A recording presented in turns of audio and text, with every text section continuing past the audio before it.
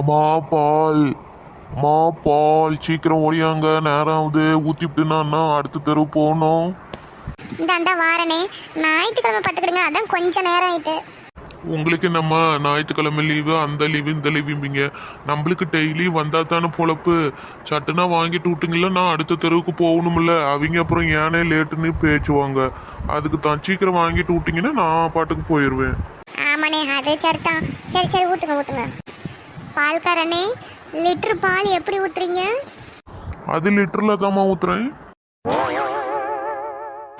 பால்காரனுக்கு காலம் காத்தாலேயே குசும்பு.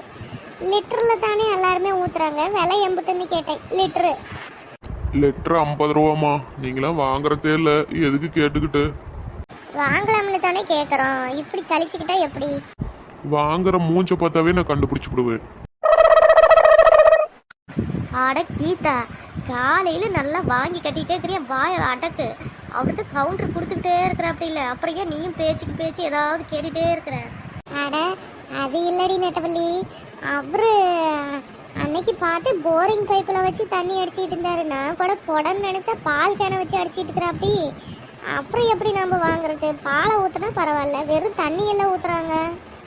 ஏம்மா, நீங்க என்ன தண்ணி கலக்காவையம்மா டீ வைப்பீங்க? அதனால தான் உங்களுக்கு சிரமமே வேணாம். தண்ணியும் காய்ச்சி கொடுத்து தானே வாங்கணும். நானே கலந்து எடுத்துட்டு வரேன். எல்லாம் ஒரு நல்ல எண்ணத்துல செஞ்சா உங்களுக்கு பாத்தியா, அதுலயும் தப்பு சொல்றீங்க. பால்ல தண்ணி கலந்து எடுத்துட்டு வந்தா பரவாயில்லையே, நீங்க தண்ணியில எல்லாம் பால் கலந்து எடுத்துட்டு வரீங்க. பால் ரேட்டை விட தண்ணி ரேட்டு அதிகம் இல்லம்மா, அதனால தான் உங்களுக்கு சிரமம் வேணான்னு தண்ணி பிடிச்சிட்டு வந்து தாரேன்.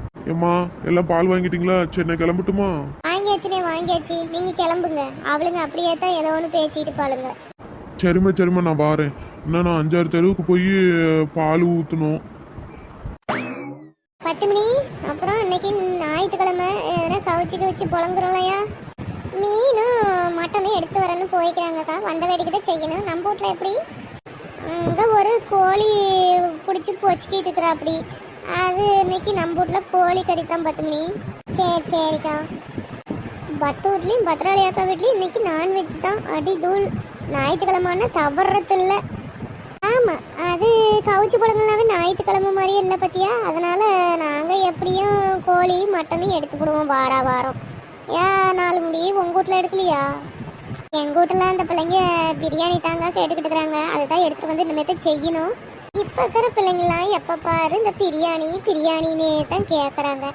அது தின்னா உடம்புக்கு கேடுன்னு வச்சுக்கிடுறாங்களா? நீ என்ன பையோட காலங்காத்தால உக்காந்துக்கிட்ட? எங்கள் வீட்லேயும் மட்டனை எடுத்துகிட்டு வர போயிட்டாங்க. வீட்டில் தக்காளி பழமும் பூண்டும் இல்லையா? சரி அத்தை போய் வாங்கிட்டு வரலான்னு கிளம்பிக்கிட்டேன். வர வழியில் உங்களாம் பார்த்தேன், அப்படியே நானும் உக்காந்துக்கிட்டேன். போடு இன்னைக்கு எல்லார் வீட்லேயுமே கறிச்சாரு தான் போ. இன்னும் ஞாயிற்றுக்கிழமைனா எல்லார் வீட்லேயும் அது எடுக்கிறது வழக்கம் தானே, என்னமோ புதுச்சா சொல்லிட்டு கிடக்குறா இவ. ஆமாம், சரி எல்லாரும் போய் செஞ்சு சாப்பிட்டுட்டு மத்தியானத்துக்கு மேலே மரத்தடிக்க வாங்க. இன்னைக்கெல்லாம் மரத்துக்கு இல்லை பார்த்துக்க கீதா, வீட்டில் வேலையான வேலை கிடக்கு. வீடெல்லாம் ஒரு 10-15 நாள் ஆகி போயிட்டு இன்னும் க்ளீன் பண்ணாமல் அப்படி போட்டா அப்படி கிடக்கு. இன்னைக்கு தான் அந்த பிள்ளைங்களுக்குலாம் லீவ் இருக்குது. வீட்டெல்லாம் க்ளீன் பண்ணணும், தொடச்சி விடணும், ஃபேனு அத்தனை வேலை கிடக்குது. இவங்ககிட்ட இருக்கும்போதே 2 வேலை வாங்கிக்கிட்டா தான். இன்னைக்கு பார்க்கலாம், வேலையை முடிச்சுட்டு நேரம் தான் வாரேன்.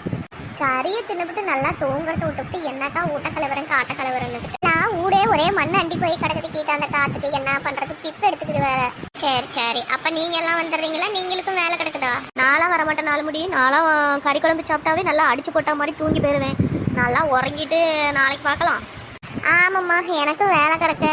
இன்னைக்கு எல்லாம் துணியெல்லாம் துவைக்கணும். நானும் வரத்துக்கு நேரம் தான் வரேன், இல்லைன்னா நாளைக்கு பார்க்கலாம். சரி அப்போ இன்னைக்கு யாரும் வரமாட்டீங்க. சரி நாளைக்கு பார்க்கலாம்.